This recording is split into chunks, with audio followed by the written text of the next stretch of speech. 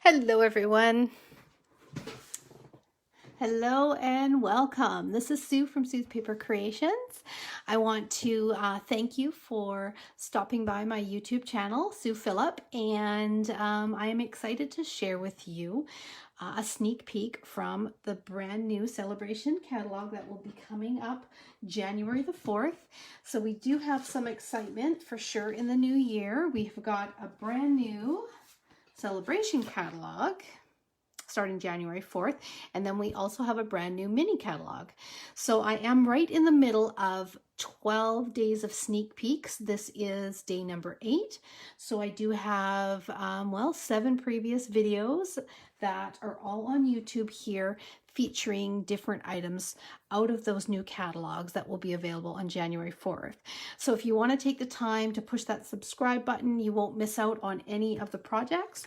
I've also made a playlist for the 12 days of sneak peeks, and you'll find the link at the end of the video today.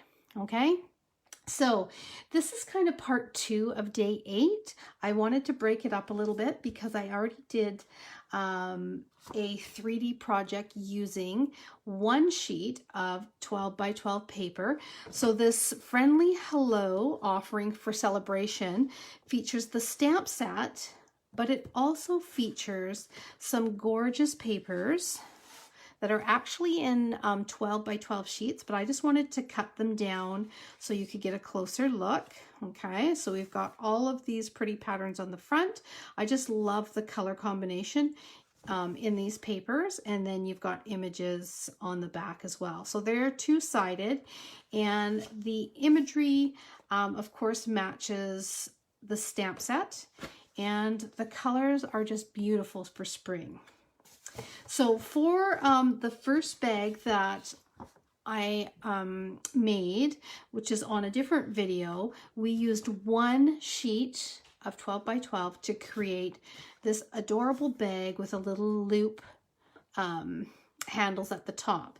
So what I wanted to show you was a short version of this bag. It has a slightly different closure with a little notched edges, which I love that. And it uses actually a 6 by 12 sheet. So you can get 2 of these out of one of your 12 by 12 sheets. So you can get 1 of these or 2 of these. Okay, this is just a cute little size if you're wanting to fill with some chocolates or tea, maybe some jewelry, maybe a little chocolate and a gift card.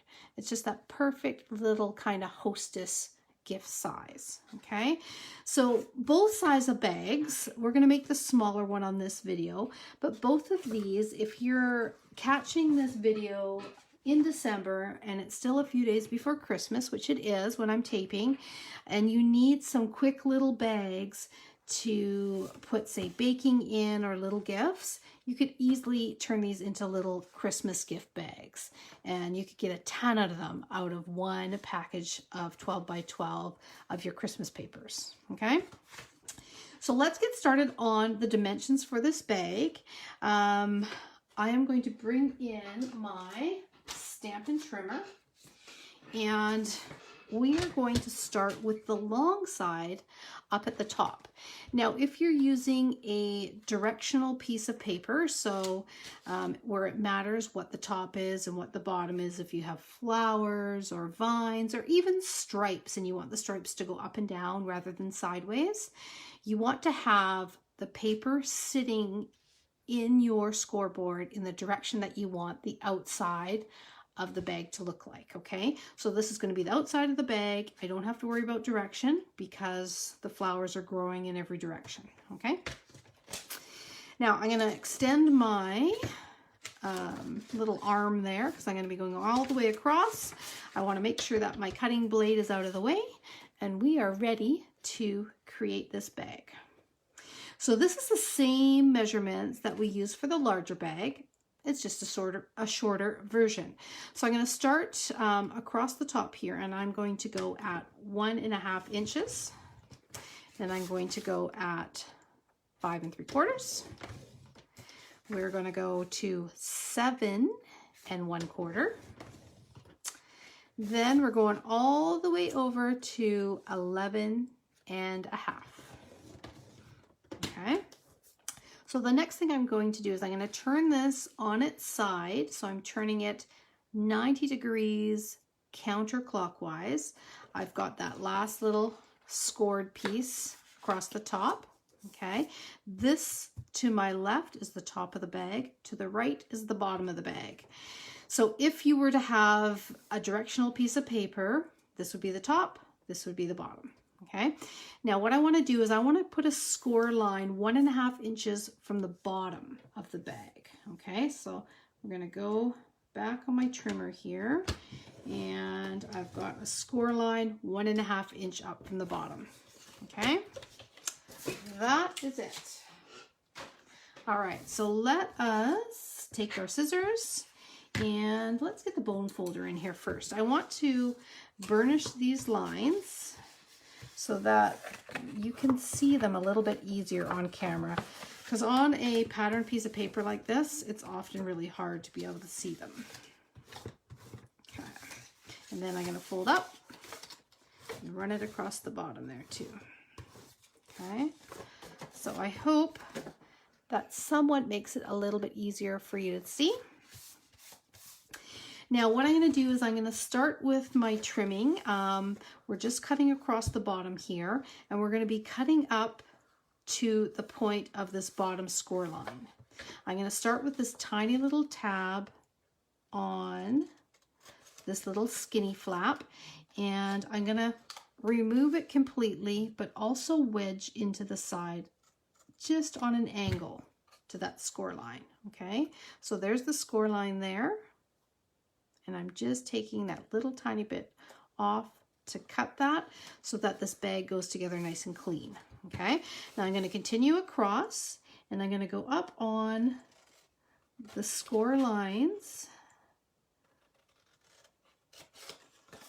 as I go across. So you're going to end up with 2 rectangular pieces, these ones, and then 2 square tabs. Okay, on these square tabs, we're going to shimmy them a little bit. So we're going to take a little wedge out on each side, left and right. Okay, just see that? Just on the squares. Don't touch the rectangles, just shimmy the squares. Okay, just like that. Perfect. That looks great. Okay, we're ready to put this together. So it is a nice, quick and easy bag. Like I said, you get 2 out of 1 sheet of 12 by 12, which is awesome. Oh, I need that for my decoration. So I'm going to turn it over so that the inside of the bag is up. I'm going to fold this first full panel here and the little tab. I'm going to just fold that over like so. Okay, now I want to take my tear tape. This is always my tape of choice for 3D projects. And I was a little short there. That's okay. I'll tear another little piece, add it to the top. Okay, I'm going to burnish that, and then I'm going to just remove that like that. I always like to use the flat surface of my workspace, so then I can just take this side panel, fold it back over on itself, rub it down there, and you know you're going to have a nice square bag.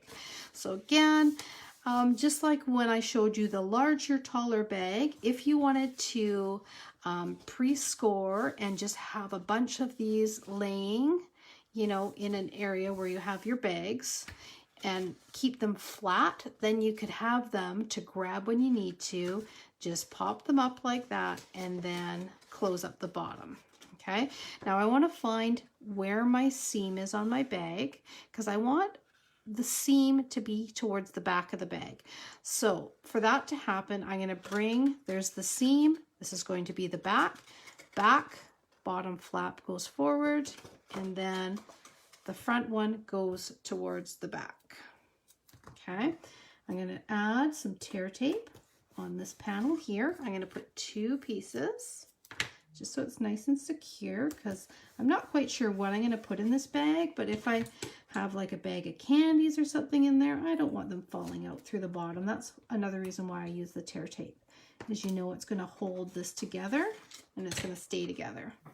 Now, for framing this up, I always use the surface of my workspace.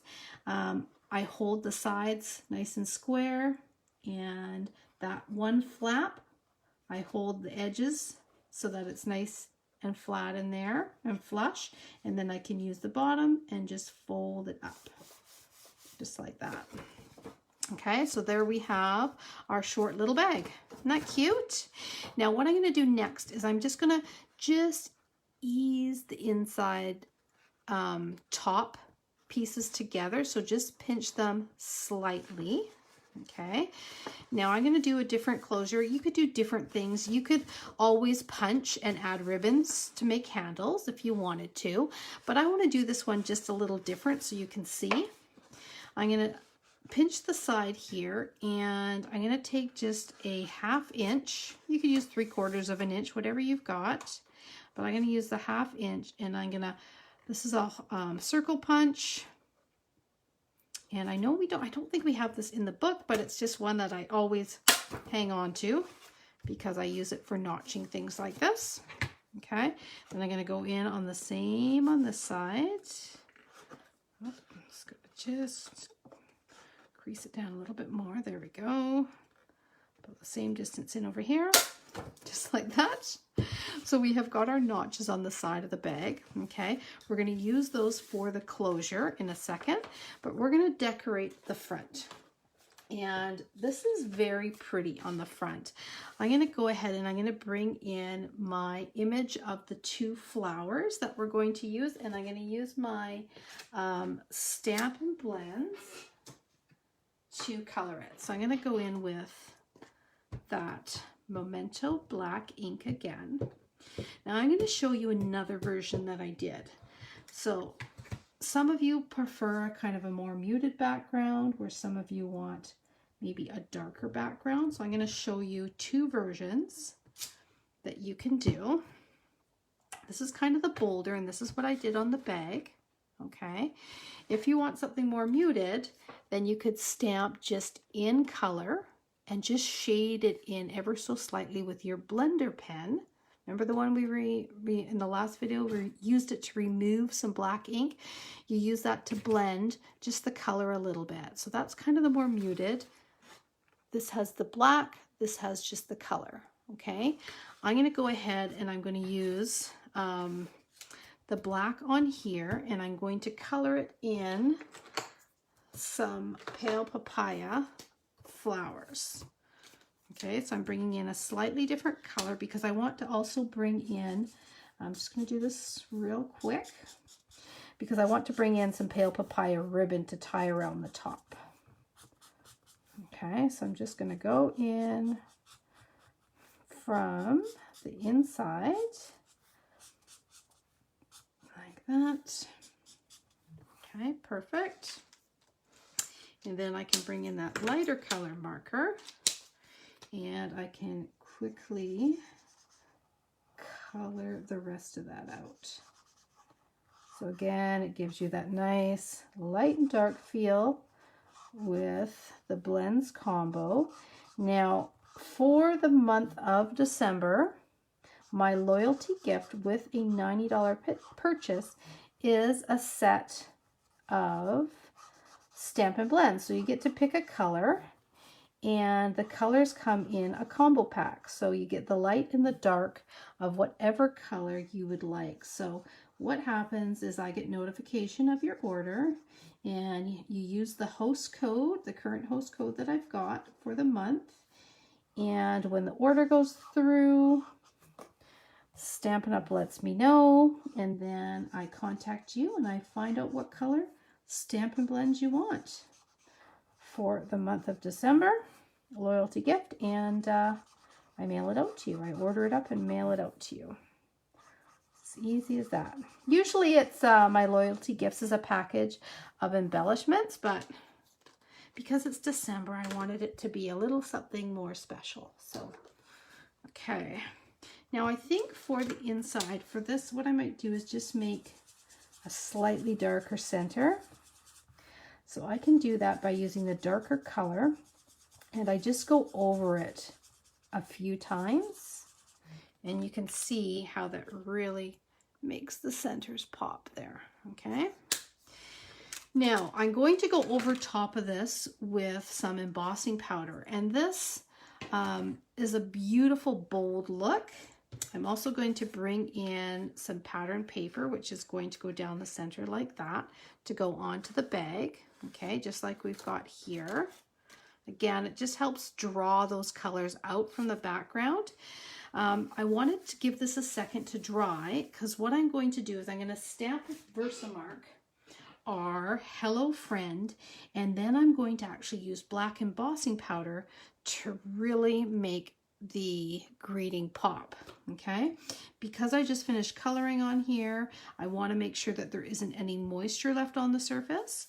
That's one of the nice things with the Stampin' Blends, is that it is alcohol based, so therefore it dries very quickly. So I think we should be good.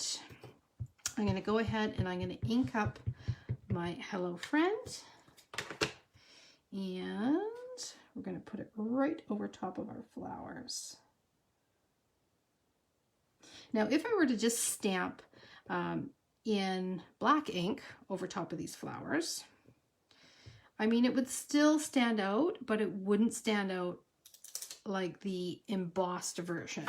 And you guys will see why that is. Because embossing, when you use it, not only does it intensify the color, but I'm just looking for my little spoon. I don't see it. That's okay. Oh, here it is here. But it also raises it up a little bit, and it has a beautiful sheen when it embosses. Okay, so let's see. Oh, that's going to look good. Just need a little bit up here. Make sure I get all of the image on there. Okay, so it doesn't look like much right now, but you just wait till that heat tool hits it and causes it to become a nice liquidy shiny black. And that's the way it sets, okay? So here we go.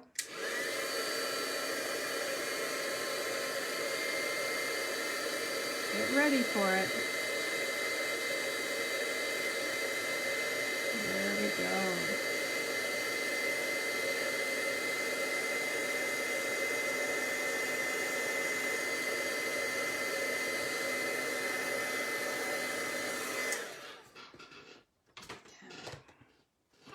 There, doesn't that look amazing? See how there's the shine from the embossing and the pop. Now, if we wanted to add any more shine, we could always shine up the flowers just a little bit from the inside.